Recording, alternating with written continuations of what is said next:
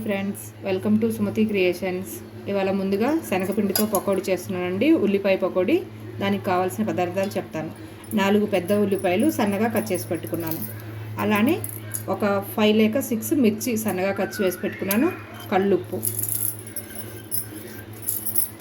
అలానే ఒక 5 రెమ్మలు కరివేపాకు,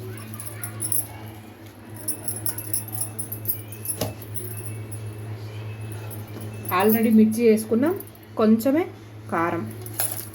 ఇవన్నీ మెత్తగా కలుపుకోవాలండి. ఈ ఉల్లిపాయ అనేది విడివిడిగా విడిపోవాలి. ఇలా విడివిడిగా అయిపోవాలన్నమాట ఉల్లిపాయ. అప్పుడే మనకి హోటల్ స్టైల్లో లాగా పకోడీ వచ్చేస్తుంది. కొంచెం శనగపిండి మీ క్వాంటిటీకి తగ్గట్టు చేసుకోండి.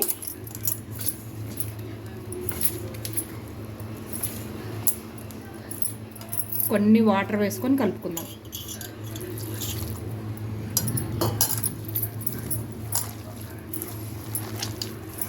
ఇలా కలిపి పెట్టుకోవాలండి.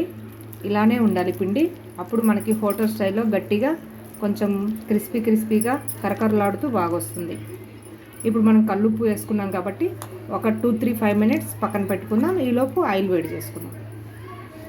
ఆయిల్ వేడైందండి. ముందుగానే ఆయిల్ వేడి చేసి పెట్టాను. ఇప్పుడు మనం కలిపి పెట్టుకున్న పిండిని ఇలా మెల్లగా సిమ్లో పెట్టి చేసుకోండి, లేదంటే చేయి మీద పడుతుంది.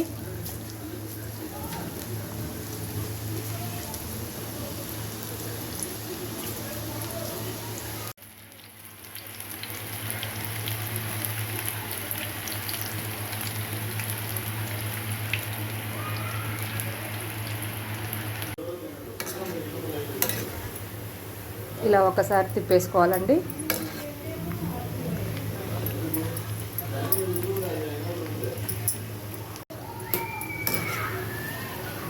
చూడండి ఫ్రెండ్స్, ఇలా వేగితే సరిపోతుంది. మీకు కావాలంటే ఇంకా కొంచెం సేపు కూడా వేయించుకోవచ్చు. మాకైతే కనుక ఇలా సరిపోతుంది. చూడండి ఫ్రెండ్స్ ఎలా వచ్చాయో, చాలా బాగా వచ్చాయి. నా వీడియో కనుక నచ్చినట్టయితే లైక్ చేయండి, షేర్ చేయండి, సబ్స్క్రైబ్ చేయండి.